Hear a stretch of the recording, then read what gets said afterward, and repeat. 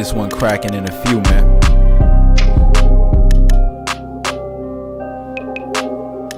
Big drop today for my folks who got family that come from the Caribbean islands, man. Wagwan. Wagwan, my you.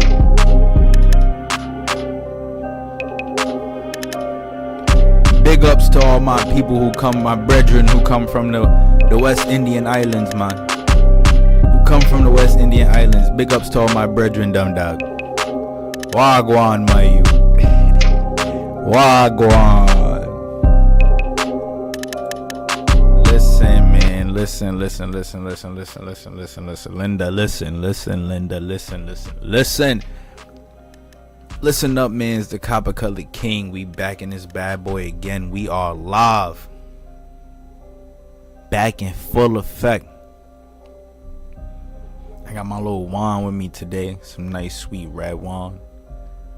I'm feeling good, bro. I'm feeling good, especially about this one today, because this is actually to back up some of the information that we've been talking about in the previous lives of the Indian slavery in South Carolina.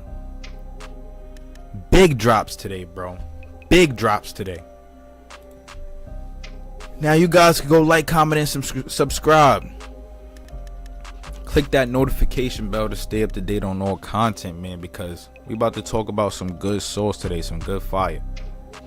So the photos that I have for you guys here, right? These are images of some of the people who come from the West Indian Islands. You know, some who can be Tainos, you know, Aztecs, Caribs, Maranos, Europeans, potentially Africans, you know, Moors. A variety of different folks, you know, like this one right here, definitely an African phenotype, definitely, but could be Aztec. Could be Aztecian. As you can see, she had the two pigs with her, you know, the Bay of the Pigs. And then we got this lady right here, who looks 100% Aboriginal. Gotta go back to that one. She looks mad Aboriginal. Hold on, I gotta get back to that one for y'all. We live, so don't mind my mistakes. But she looks mad Aboriginal. OD.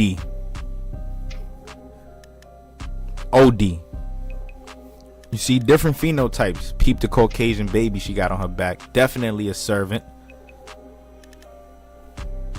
You see the folks right here. All of them with the baskets on their head, something that most people think is an African tradition, but that's worldwide. Here we go. We got some more Aboriginals. Another Aboriginal. This is Trinidad. And Trinidad. Peep these ones though.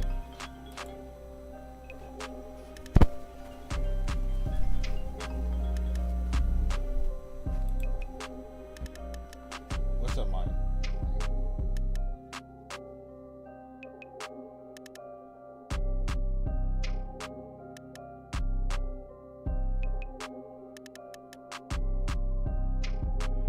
Tough. This one is tough. I love this one right here. Peep this one, cause she looked like my great grandmother from the Bahamian Islands, from Bimini. And this lady is from Martinique. Already displaying what could be a mulata phenotype that could come from Europe. Just putting that out there. It could come from Europe. Most people might not want to hear that, but it's the truth. Or she could have some Aboriginal DNA, or it could be mixed. But just peep the phenotype. All of these different phenotypes of these people from the West Indian Islands. I ain't gonna lie. Mad beautiful to see, man. It's beautiful to see because this is how a lot of our ancestors might have looked, those who come from the Caribbean islands. And some of these people still carry these phenotypes till this day.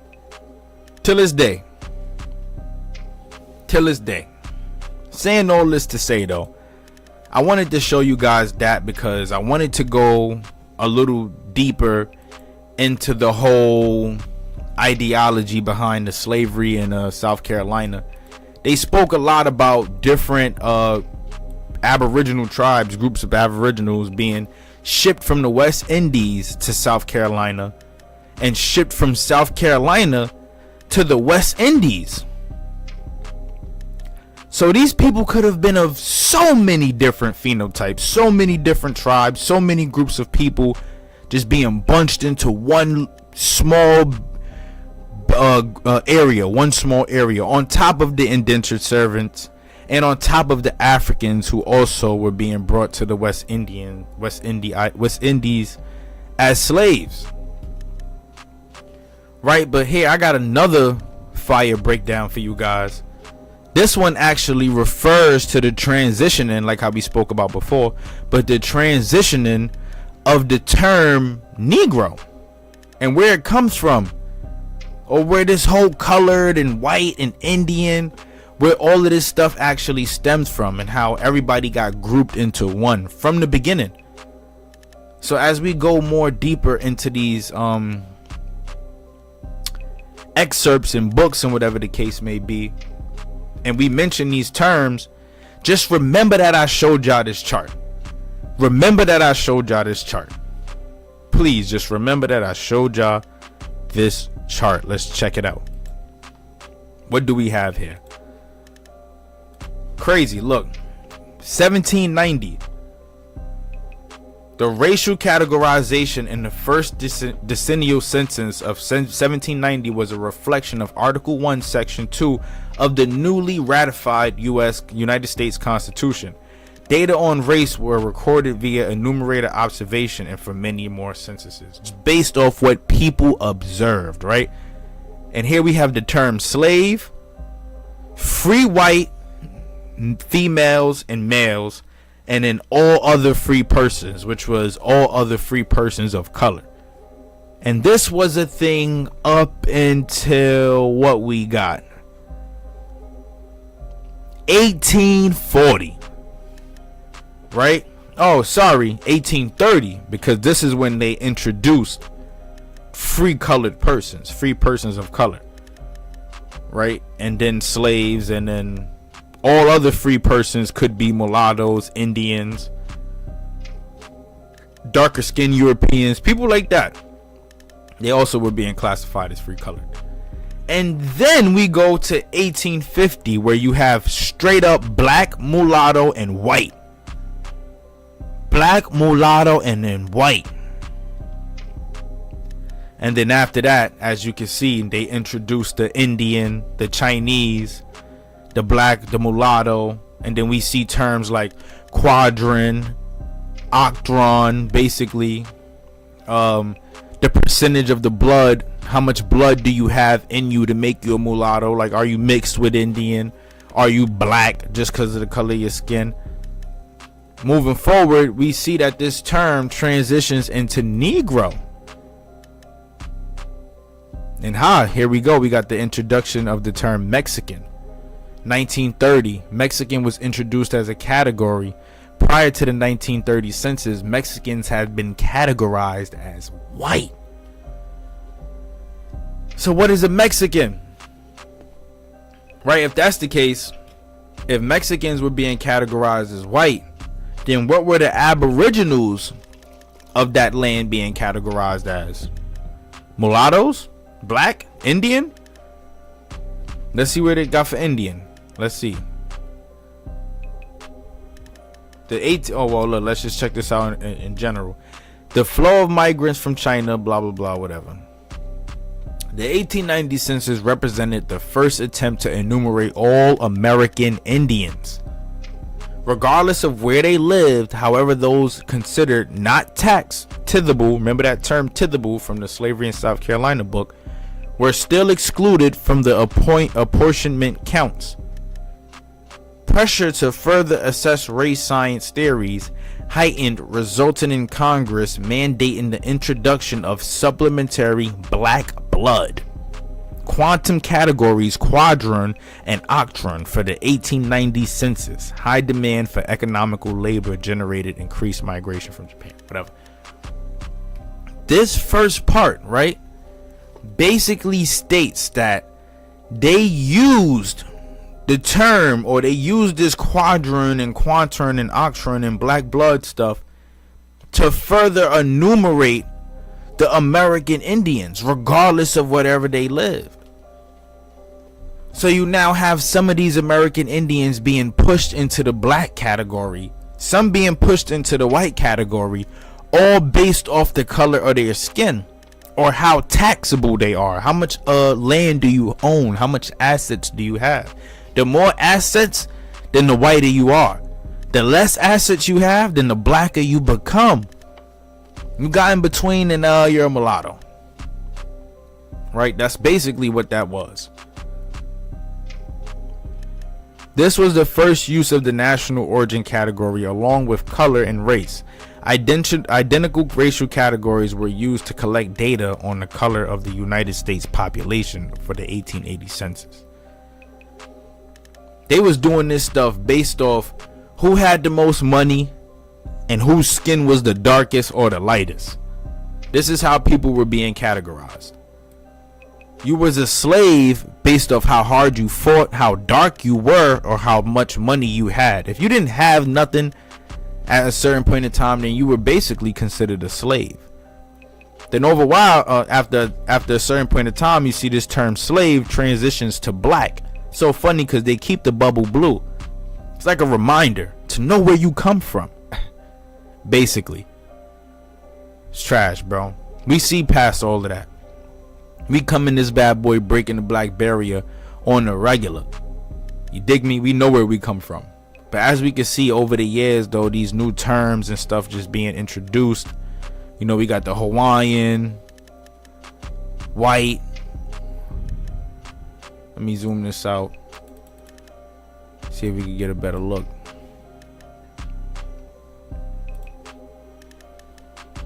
All the way up until 2010.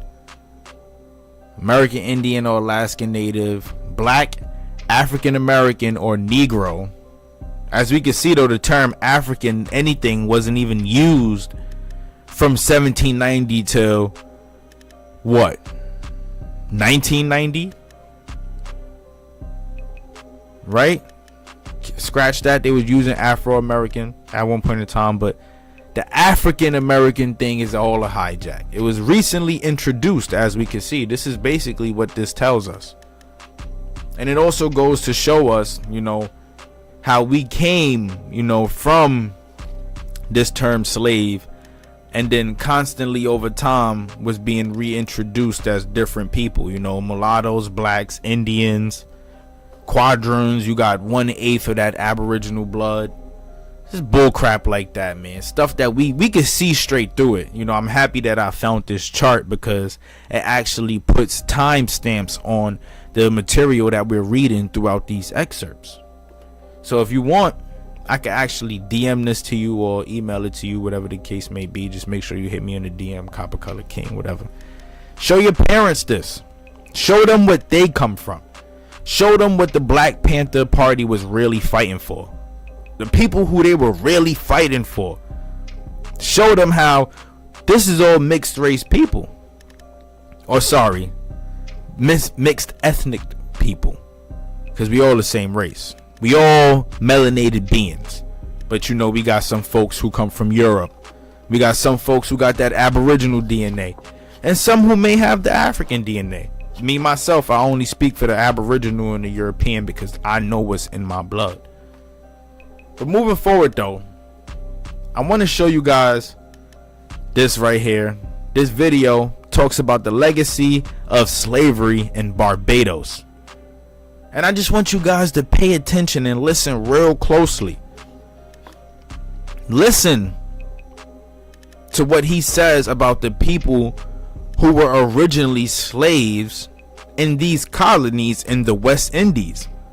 Give it a listen. Listen real close because he's about to drop a bomb. And then after we get through this video, we're going to jump back into the Indian slavery in South Carolina book in colonial Virginia. And I'm going to show y'all. In plain sight. In plain sight. Proof that the Aboriginals still linger the lands of the West Indian Islands. 1, 2, that a lot of these people have European blood. And 3, that not all European people are white. That's 3 things I'm gonna prove with this video right here. We all copper colored, man. Gotta show love to the copper colored peoples, bro. The copper colored Aboriginals, our swarthy Europeans, colonizers or not. Not all of them was colonizers, I'll tell you that right now. Some people just wanted freedom from the religious persecution that was happening over there in Europe. You know what I mean? There's a lot that goes with this history. You know, you got to dive real deep to get a bigger and better understanding of actually what was happening. But let's continue, man. Let's check it out. Like, comment, subscribe. We about to get into this bad boy.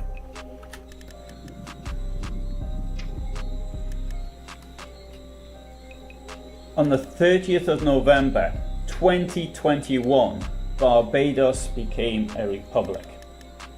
It was the 55th anniversary of becoming independent from the United Kingdom. Given the brutality of the colonial period, this decision is not only perfectly... And let's keep in mind too that these colonial islands belong to the British, the Spanish, the French. They had wars over these lands. So you have different people who come from different backgrounds already settling within these lands around a certain part of time, mixing in with the inhabitants of the land. Hence why after the French Revolution they renamed the island of Hispaniola, or the island of Haiti. They renamed it Haiti. The original name is Ayati. Why would these French freedom these Haitian freedom fighters, sorry, I ain't gonna like categorize them as French. We all know that they're Haitian to the bone, but they have French blood. But these freedom fighters, why would they rename the island after what the Aboriginals called it? You know, it's stuff like that that you really got to think about. But let's continue. Understandable, it is the right thing to do. Let's have a quick look at the location of Barbados on the map. It's located in the Lesser Antilles of the West Indies in the Caribbean region, although perhaps not in the Caribbean Sea. I would say it is in the Atlantic, but it is the most easterly of all the Caribbean islands. It is 30 kilometers long, and at its widest point it is 23 kilometers. It covers an area of 432 square kilometers. Now, this is a history channel, so let's have a look at its history. It is not known from whence came the first Europeans who saw it. However, the native population may have been reduced by slave raiding by Spanish mariners. The native population might have been reduced by slavery.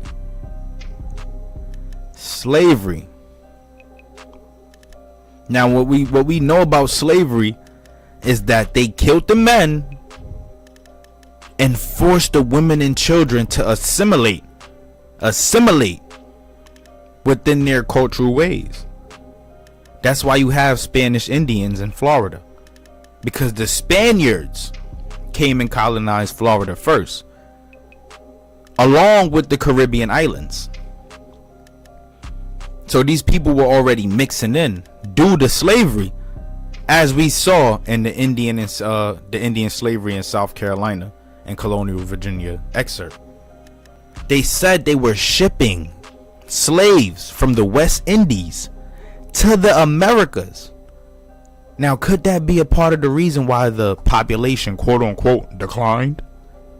Let's continue. On the 14th of May 1625, Captain John Powell landed and claimed the land for King James I of England, but not for the same King James, who was also King James VI of Scotland. He must have liked it so much that his younger brother Henry came back on the 17th of February 1627 with 80 settlers and 10 indentured labourers. An indentured labourer and run that 10 back. February 1627 with 80 settlers and 10 February 1627 with 80 settlers and 10 indentured laborers. He came with 80 settlers and 10 indentured laborers. What do we know about these indentured laborers? These indentured laborers were the colored people fleeing from Europe due to the religious persecution that was going on that side. You know, the Protestants, the Huguenots. We're going to talk a lot more about the Huguenots. These people, they were of a copper colored skin complexion. These were the quote unquote Moors, the Moranos, the Cimarroons. You know, they eventually ended up being called Cimarroons. That's who these people are. They brought over indentured servants. He just said it. Those were the slaves that they brought over. Come on. An indentured laborer, in this case, is someone who did not have the financial resources to pay for their passage across the Atlantic, and so therefore agrees to work it off over a period of time. I'm happy he broke that down for you. Why would they want to do a passage across the Atlantic? Probably because they didn't have land at home, or the land was too poor, or something along those lines. The settlement. And then one more thing about these people. These are the folks who ended up becoming the black slave owners of the South. These are the folks. I'm gonna prove it to y'all. Was funded by City of London merchant Sir William Corton, who thus acquired the title to Barbados and several of the islands. Although he'd never been there himself, nor had any other right to the land other than having footed the bill to pay for the ship to go there, he became the landowner and the colonists were his tenants. In this way, he recuperated the costs of funding the trip there and the colonists' initial outlay, which would have been made in Bristol or London or wherever in England. So he would have paid for whatever they. What do we know about these colonists that were coming from England? These people were coming over here on behalf of the British Crown. They were Catholics. So like what we saw in the excerpt, how they said that these Catholics were coming over here trying to turn these Aboriginals into passable Englishmen. Passable Englishmen. It was the same goal all around in the West Indian colonies, in the Americas. I mean, in North America, it was the same goal all around. They came over here on behalf of the British Crown. So the goal was to Catholicize the entire land and turn these people into Catholics. You know, they brought the missionaries over, forced these people, you know, throughout slavery, Catholicized them, Christianized them, forced them to believe in their God. All of this was a part of the slavery. It was behalf of the British Crown.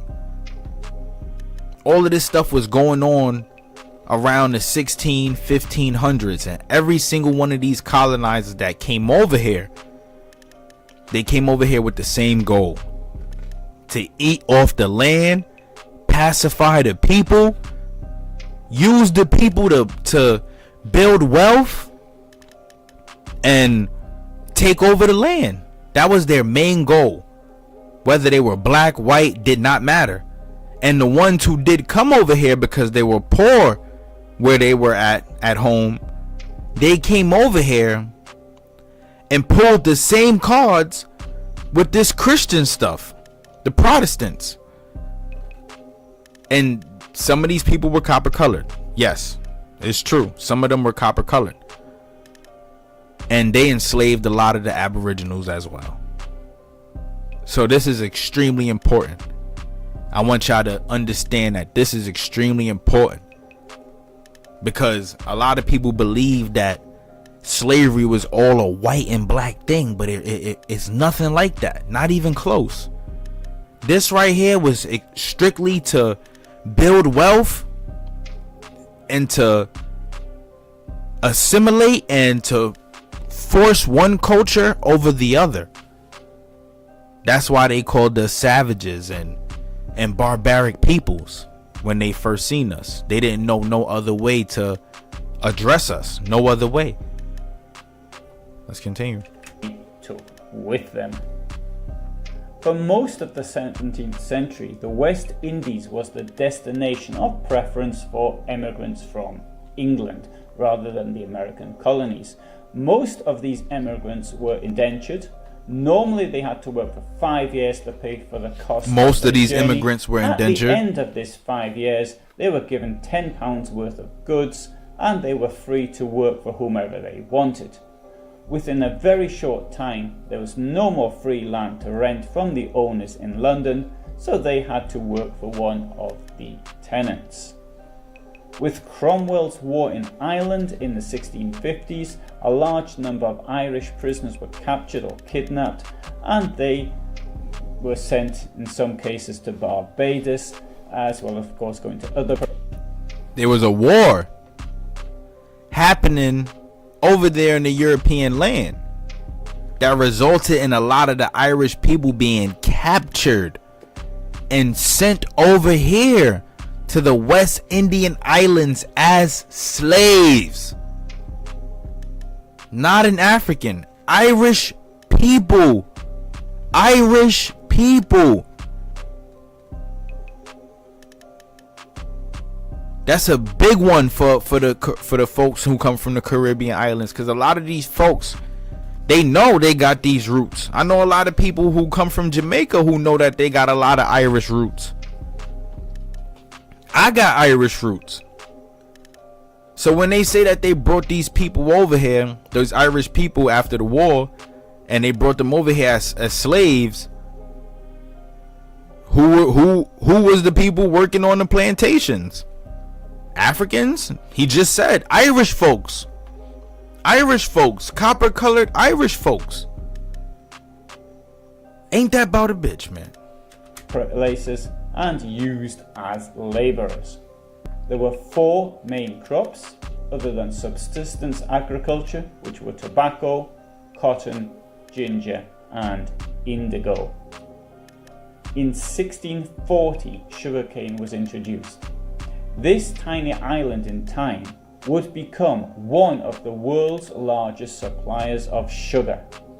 At this time, approximately only 3% of the island's... Who was the slaves working the cotton and sugar plantations in the West Indies? Irish people. He just said it. They brought them over here to work these plantations. Irish people. Population was African, but this was now about to change. The smallholders lost their land and emigrated to other islands or to the American colonies. Huge sugar plantations took over. There was little point in using indentured labour because the labourer might leave when their time was up and had certain rights, whereas slaves were there forever and had no rights whatsoever. African slaves kidnapped and transported there equaled free whites within 20 years. By 1680, there were 20,000 free whites and 46,000 enslaved Africans. By 1724, 18,000 free whites and 55,000 enslaved Africans. 1750, Dodge the same that. amount of whites, 18,000, but now 65,000 slaves. The slaves were usually treated with the utmost cruelty as overseers tried to get the maximum labour out of them for the minimum cost. The first... And we got to understand why this is important, bro, like I said. Because they're going to tell us that majority of the slaves, you know, that were over here in the Americas were Africans. They're always going to tell us that. But they're going to leave out the truth, the facts. The facts. They're going to leave out the facts. Ain't no way in hell you can obliterate that many people and then replace them with an entirely different group of people. There's no way that that's possible. Assimilation, yeah, because as we saw in the Indian Slavery and Colonial America book excerpt, the women and children were being seen as commodities. They were being seen as commodities. Let's move forward. So I took the actions of going back into the excerpt, right? And just typed West Indian, right? Even though we went over a lot of this stuff already, I typed in West Indian just to go over some of the parts where they spoke about the Indian slavery in the West Indies. And let's go back over it. Let's check this out. So what does it say? It says, the enslavement of Indians was a familiar practice for both cultures involved. The Indians of South Carolina often enslaved their war captives. These newly acquired slaves were then distributed to families who had lost one of its members in the war. On the other side, those colonists coming from Barbados had experienced Indian slavery on that island. Many Indians from King Philip's War in New England were sent to Barbados. Further, the South Carolinians were aware of the Spanish example in the West Indies, having enslaved native Arawaks and Caribs. The Spanish also transported many enslaved Indians from the continent, America, the North American mainland, to their West Indian colonies. Boom. Big drop. Now, even though this may be a couple years before the British started trying to colonize the Caribbean islands, right? This is probably speaking about the 15 to the 1600s. But this is around the same time they'll tell you this is when they brought over all of these Africans, right? All of these Africans, not disregarding my African brothers and sisters, right? Not disregarding that, but just saying, like, how you going to tell us this, right? But then point out these facts. You know, we find these facts in the excerpts in the books. What do you expect us to think after that? It's like a total mix up. Like, all right, boom, 1 minute you tell us we African, but then the next minute I end up finding that I got Indian in my blood. So that means everything that they told us in history was a lie. That was a lie. That's his story. That's the point of history. It's his story. It's not your story.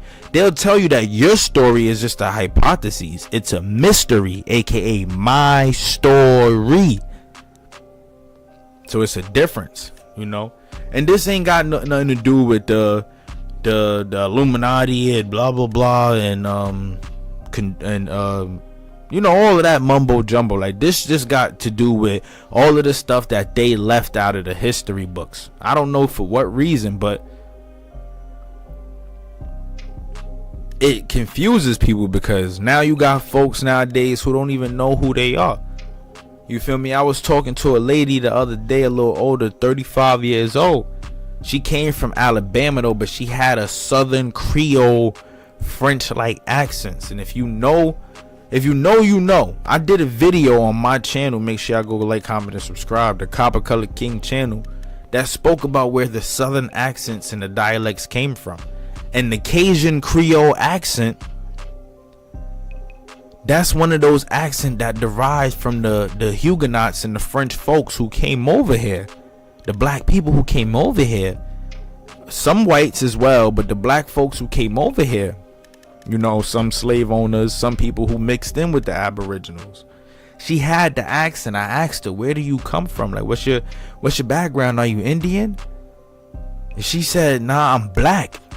She been told she was Indian. She heard her grandmother was Cherokee. You feel me? But she's black. Now, me knowing history, I know it's not Cherokee. It's definitely something closer to the Choctaw Chickasaw, because those who was the Aboriginals who were mixing in with the French folks down there in Louisiana and Alabama, stuff like that. Shout out the Chafonta Nation. Those people are Choctaw. They are Choctaw. But as we can see right here, let's go into this chapter, this book. I mean, probably, this part. Getting tongue-tied. It's the wine, y'all. It's the wine. Right? All right, let's go. Soon after the arrival of the first permanent settlers in 1670, trade with the Indians became a very profitable venture. Unimpeded by geography or strong Indian alliances, South Carolina traders quickly penetrated the backcountry. We're going to speak about this backcountry stuff too. They spoke a lot about this in the Cherwoods book. But yeah, South Carolina traders quickly penetrated the backcountry to garner valuable deer skins and furs. In general, the Indians welcomed trade with the colonists. The first 10 years of settlement witnessed no major clashes. Thomas Ashay's propaganda tract, commissioned by the Lords Proprietors in 1682, was essentially accurate when it stated that the Indians have hitherto lived in good correspondence and amity with the English, who by their just and equitable carriage have extremely wind and obliged them. Justice being exactly and impartially administered prevents jealousies and maintains between them a good understanding, that the neighboring Indians are very kind and serviceable. Why would you enslave them? Doing our nation such civilities and good turns as lie in their power. This propaganda report did not tell the whole story. However, several minor clashes over the conduct of Indian white trade occurred.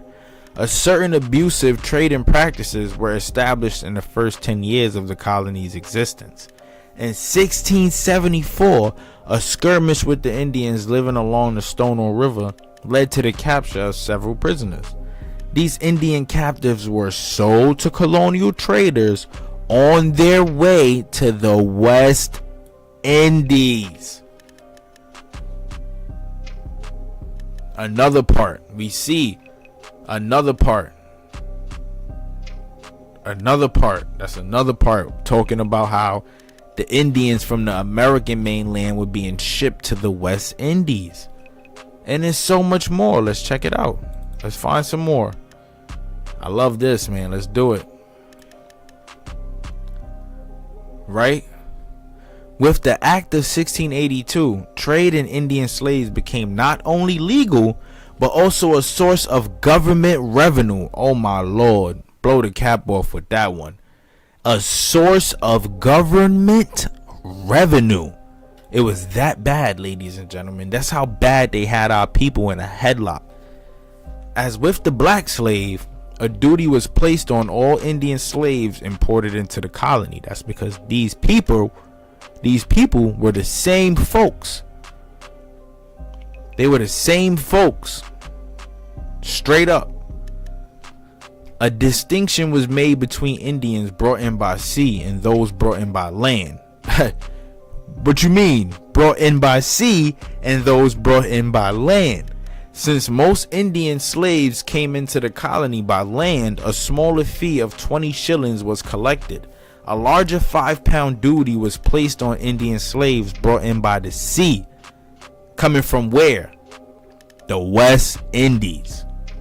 Because of the 1682 law, direct trade with the Indians for slaves became possible.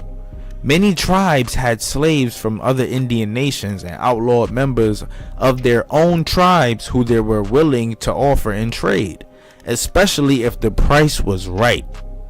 In his travels throughout Virginia and North Carolina, John Lawson noticed a great willingness among the Indians to sell skins. These were their commodities again. Remember, we went over this. Skins, furs, slaves, and others of their commodities for liquor.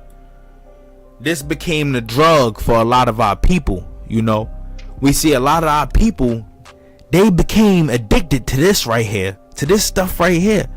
They became addicted to the alcohol, to the moonshine, the liquor that was being imported over here, and it was being used also as a commodity. You feel me? Because these aboriginals knew that other colonists would want some of this stuff, some of this moonshine, and of course they had their own herbs and spices to spice it up. So now you have the introduction of different flavors or whatever the case may be. But eventually it ended up taking over the minds of our people. So this is poison. and this is a curse to a lot of the people that live in America today. A lot of the black folks, this is a curse. Stay away from the alcohol, and in addition to them drugs, stay away. If you're gonna deal with anything, do your herb. Even that nowadays is partially not safe. If you got a good supplier, make sure that you doing it responsibly. You dig me? Because it's dangerous out here. This stuff been poisoning us for years. Virginians also expanded their trade in Indian slaves overseas. In 1716, Captain Harry Beverly and his ship were captured by the Spanish. Many Indian slaves were on board, undoubtedly being transported to the West Indies for sale. So let's go back real quick. What he said? Slaves. The slaves were usually treated with the utmost cruelty as overseers tried to get the maximum labor out of them for the minimum cost.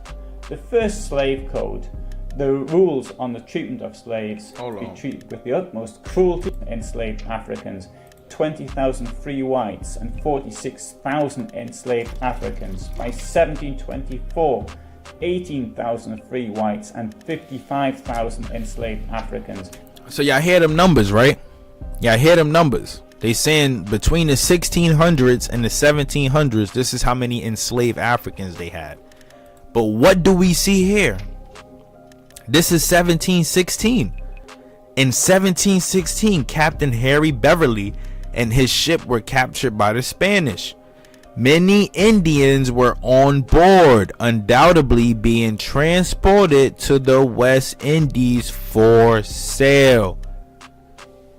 So how many of these slaves are actually Africans? There's some of the people who come from the tribes over here, from America,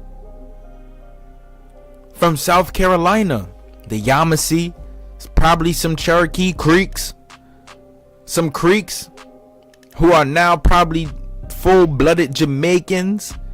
Shout out my brothers and sisters, Wagwan brethren. You know how we get down.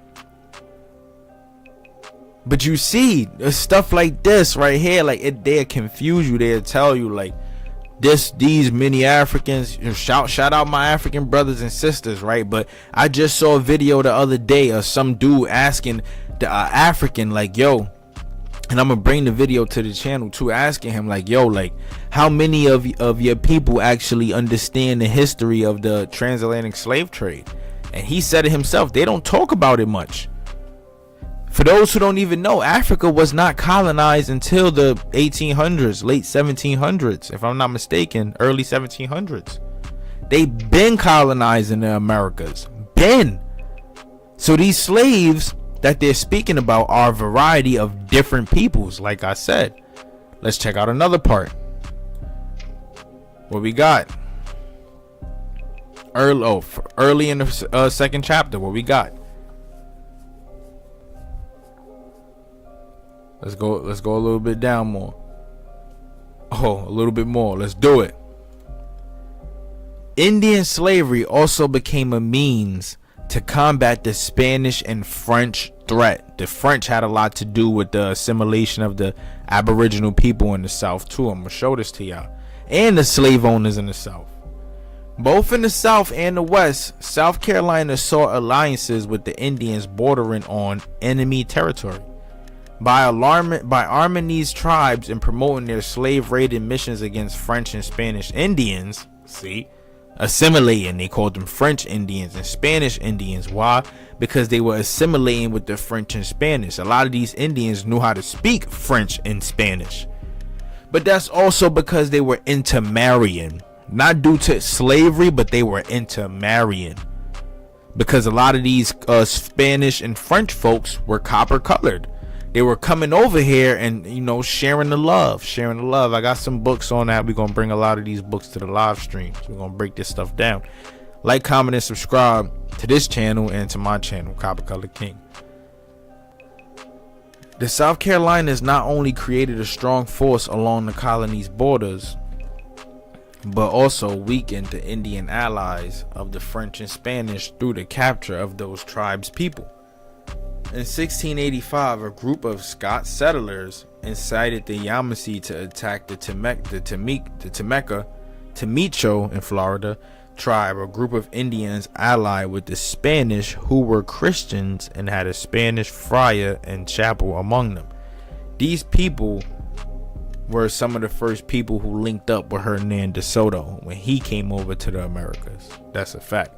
And we're going to go over that. I'm going to show y'all that. The Yamasee returned with 2 and 20 prisoners, which they delivered to the Scots as slaves, 2 and 20 being other Indians. By 1708, this policy had nearly destroyed the Spanish Indians in Florida. Nearly destroyed. No, it did not destroy. It did not destroy.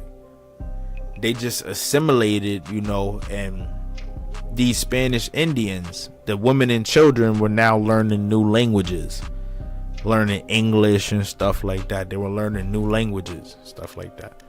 That's crazy. That's how assimilation works, though.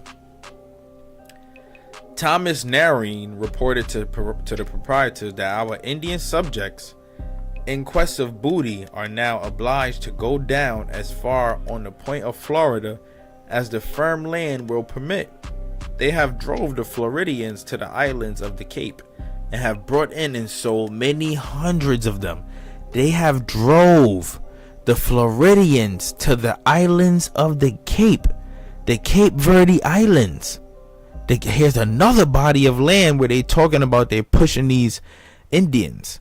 The islands of the Cape could be the Cape Verde that they speaking about, or could be the islands off the coast of Florida. I could be bugging out. Don't mark me on it. We're gonna figure it out. Have brought in and sold many hundreds of them, and now Diallo now continue that trade, so that in some few years they'll reduce these barbarians. Here you go with this term barbarian again, to a far less number. The policy worked with equal efficiency in the West against the French. Many Indians in South Carolina were transported out of the colony. Right, here we go again. Indians captured in wars usually ended up in Charlestown, where slave traders were waiting to transport them to the West Indies. Boom, bop, bang. In 1720, 60 members of the Wakama tribe, were sold in the West Indies. So are you telling me that some of these people could be Indian? That's what they saying. These are photos from some Aboriginal or European or African people from the West Indies. I found these just chilling, doing their thing.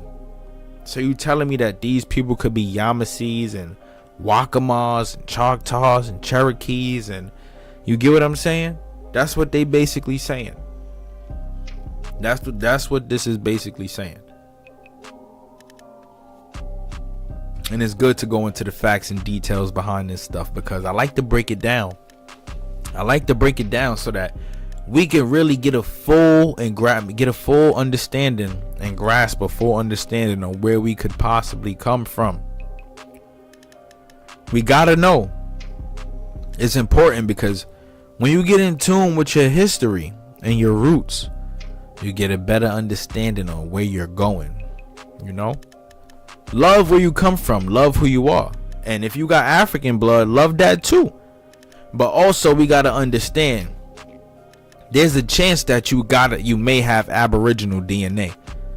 So it's best that you tap in with that, because neglecting that will push you further away from where you need to go, because you're not getting in tune where you truly come from.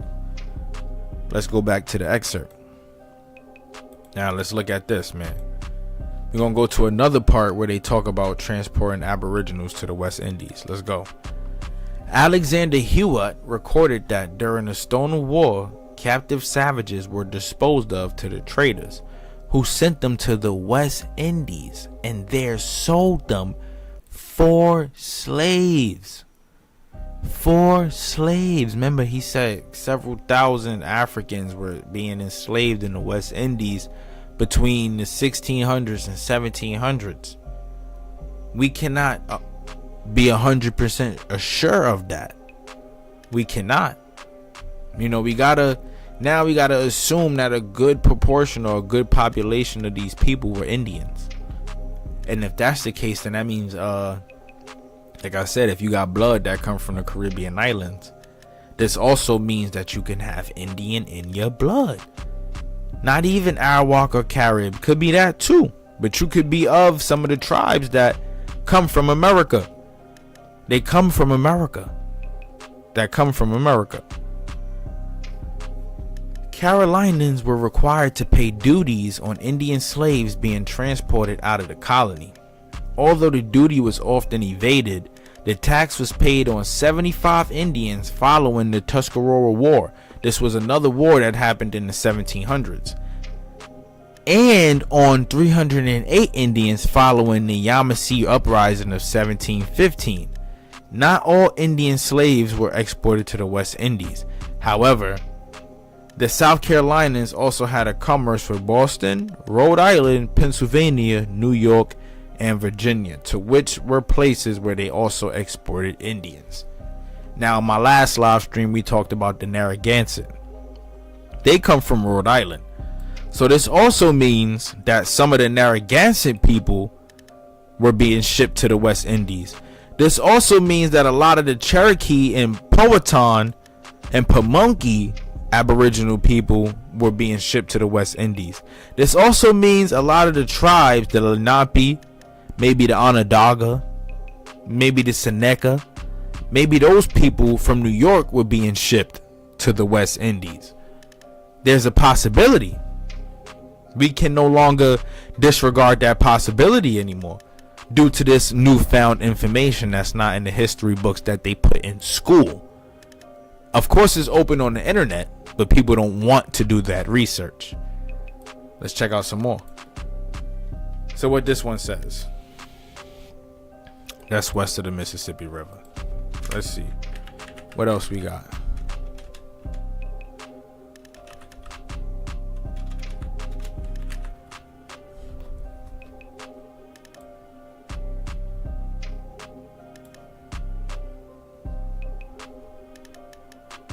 They got more, and we gotta find more.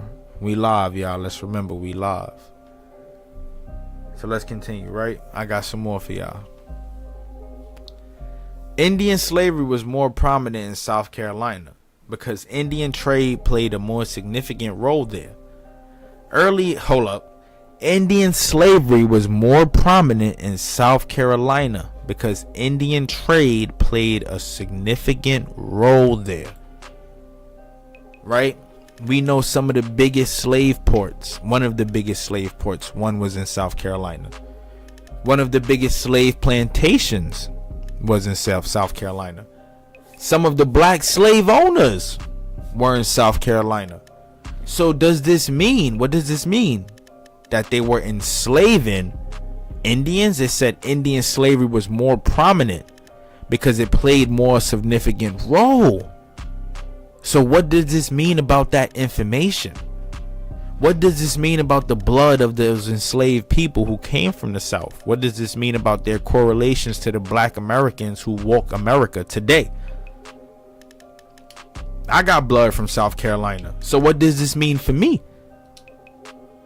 Let's continue. Early in South Carolina history, deer skins became one of the most important exports. Goods obtained from the Indians proved essential to the colony's economy. Because of the money to be made in Indian trade, more people got involved and more commodities were exchanged, including Indian slaves. South Carolina's accessibility to the Western tribes further stimulated Indian trade, and correspondingly the trade in Indian slaves. No confederation bound to the Indian tribes of South Carolina together, as in Virginia, so relations between these independent tribes were not always friendly.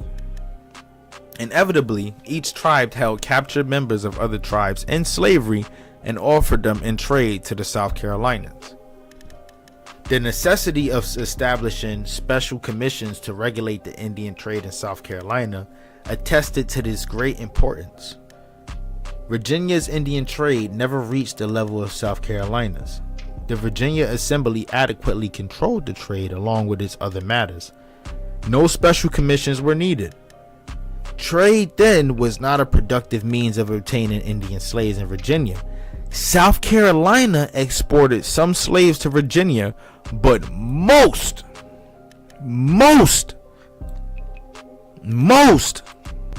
were sent to the West Indies. Most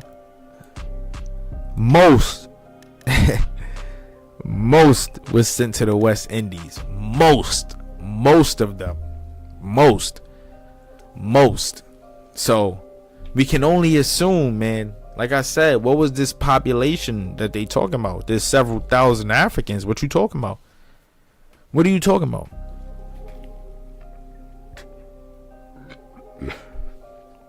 The founding of Virginia was an attempt to transplant English civilization to America.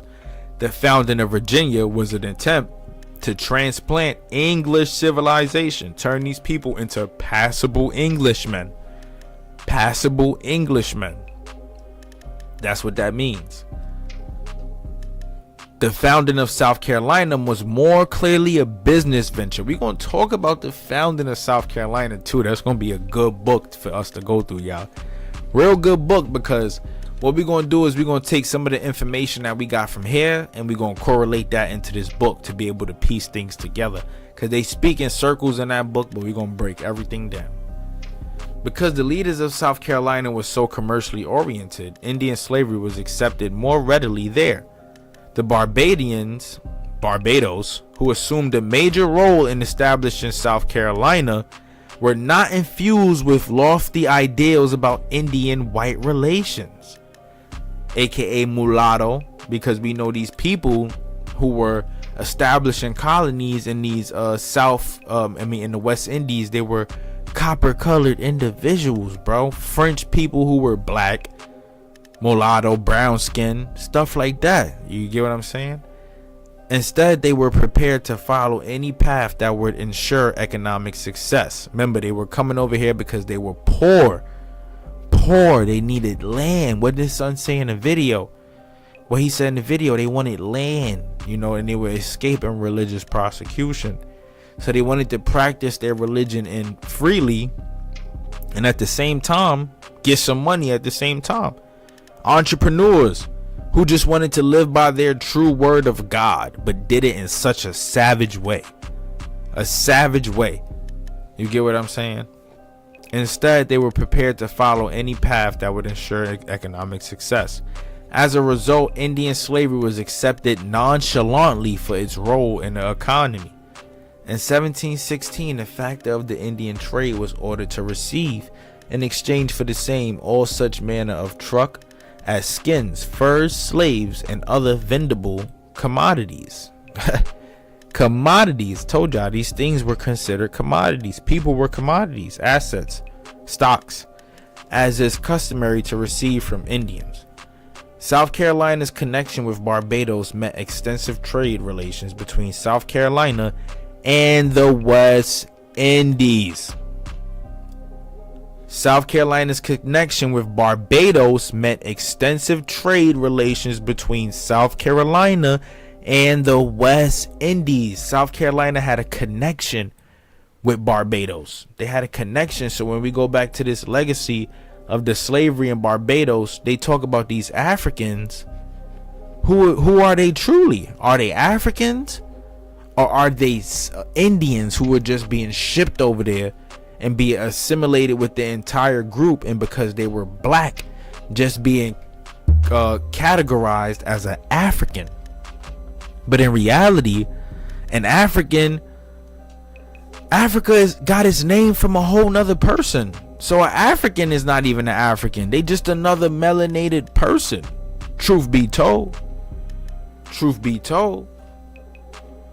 So truly, who are these African slaves? They saying that they had the connection. They saying that South Carolina was Indian slave was mainly popping there. Indian slavery was popping in South Carolina, and that they were shipping them out to the West Indies. And now they saying Barbados and South Carolina had relations. They had a connection. Like I said, man, there's a lot of history that we got to be able to dip and dive in between to be able to get a better understanding of these people, because it's a multitude of different groups of folks that come from different places of the world. Even in Jamaica, at some point, Chinese immigrants started pulling up at some point. But at the start, you have French immigrants, Irish immigrants, Indian slaves.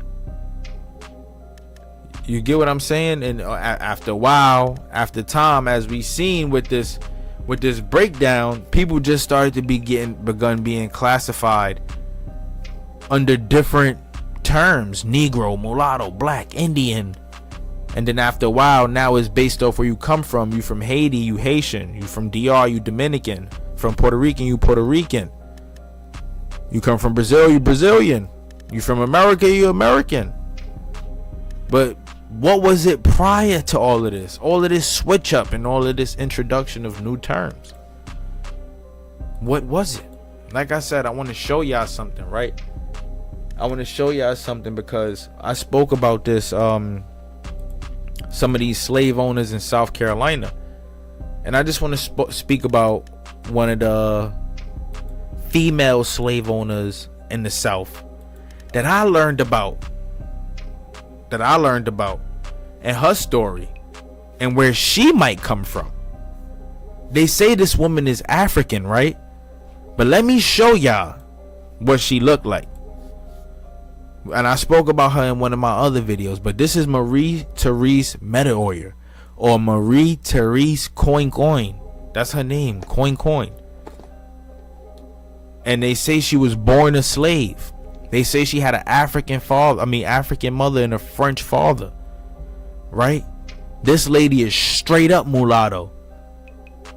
But what are the odds that both of her family members might be French? Or what are the odds that her mother might be Indian and her father might be French? There's a huge possibility why she come from Louisiana. We know the Aboriginals was busting in the South in Louisiana. The Chefonta, the Choctaw Nation, the Choctaw people, Creek peoples, my peoples. We know it was busting over there. We know that. Well, let's check it out. What do they got to say? Marie Therese Medeoyer, we read over this too before, was born into slavery but died a rich woman. She was a woman with slaves, right? A woman with slaves. In fact, at the turn of the 18th century, Marie Therese was one of the richest ladies in Louisiana. One of the richest slave owners in Louisiana. And we're going to talk about some of the black parliament in Louisiana too, because some of these folks could have been slave owners. Yes, sir. We're going to get into that. Big facts. She was an entrepreneur, a social climber. She was Christian minded.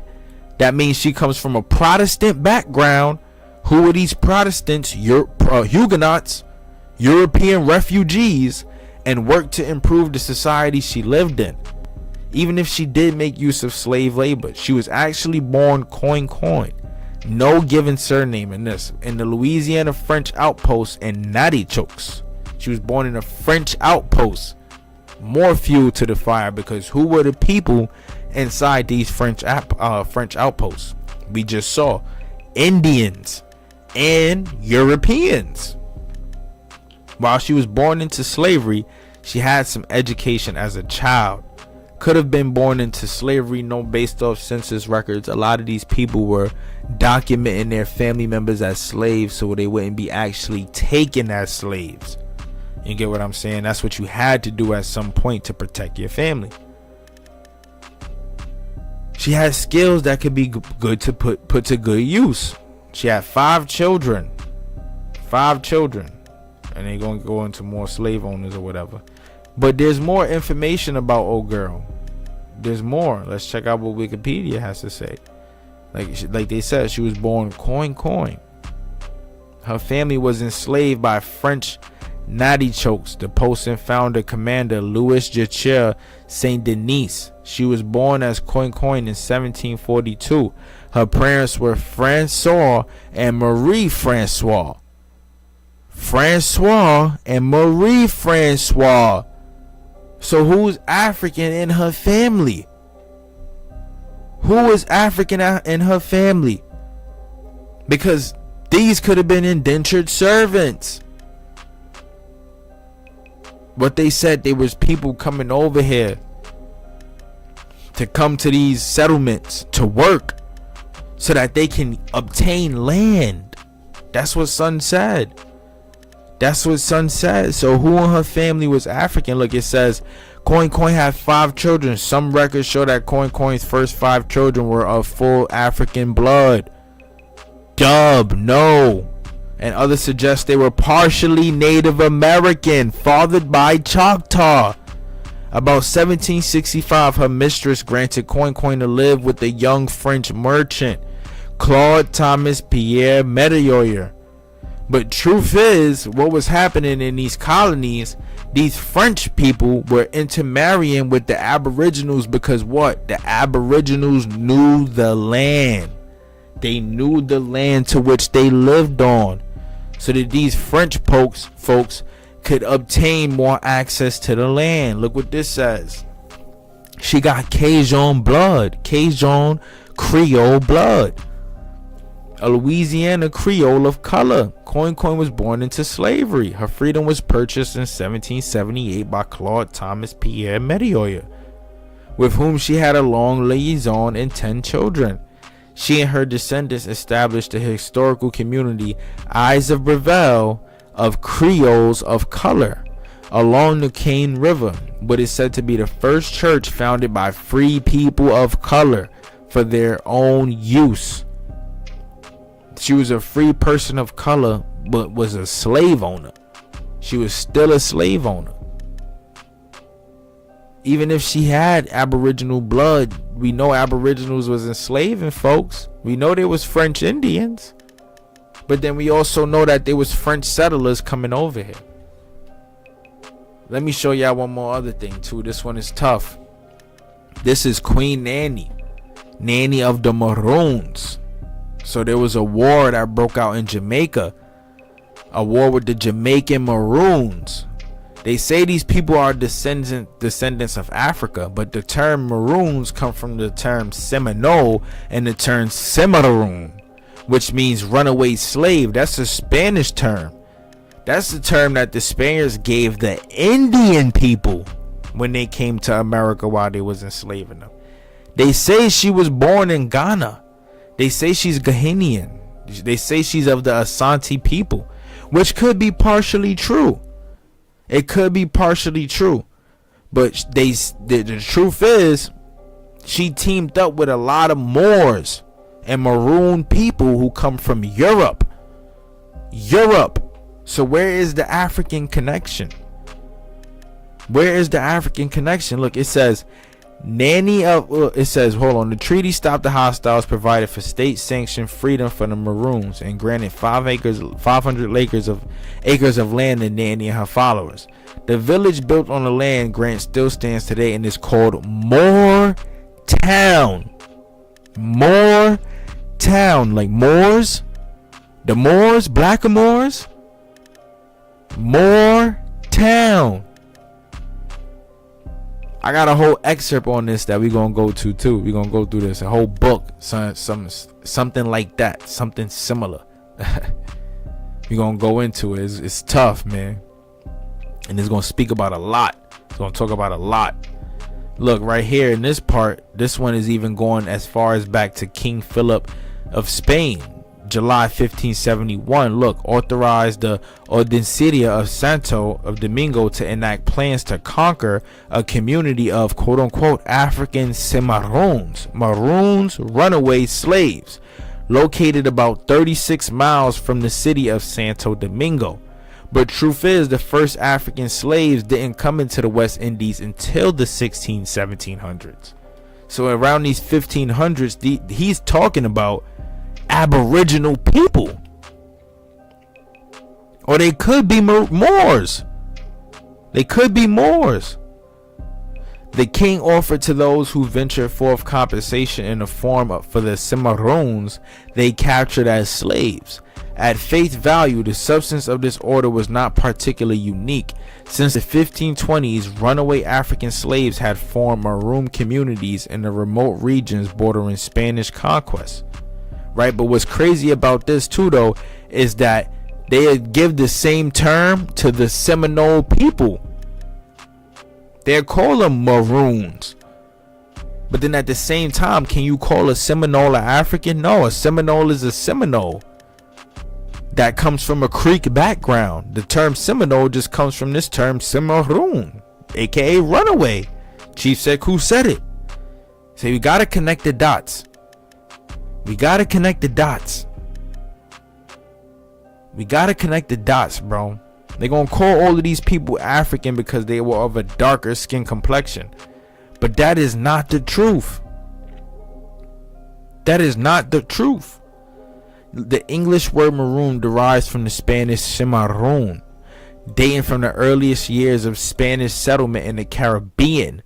Who were these Spanish people enslaving in the early settlements of the West Indies? Aboriginals. Cimarron could be applied to the indigenous groups or Africans or even livestock that had gone wild or fled out of Spanish control. The word derives from the Taino root cimara, meaning arrow. Within decades after contact, Spaniards had appropriated divertation, cimarron, meaning wild savage gone astray, as cimarron. The first significant use of the term came in 1519 when an indigenous leader, Enrique, fled with members of his community to the remote region named the Barucho, where they lived outside of Spanish control for over a decade.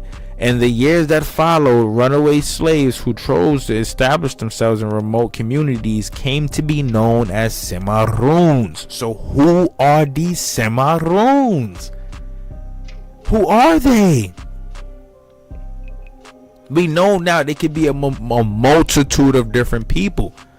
But when they talking about the slaves, we see, like in the excerpt, they said there was Indian slaves. They had the connection with Barbados, right? South Carolina had the connection with Barbados, so they had a lot of the Aboriginals coming back and forth, right? And then we see Marie Therese Meadow, Coin.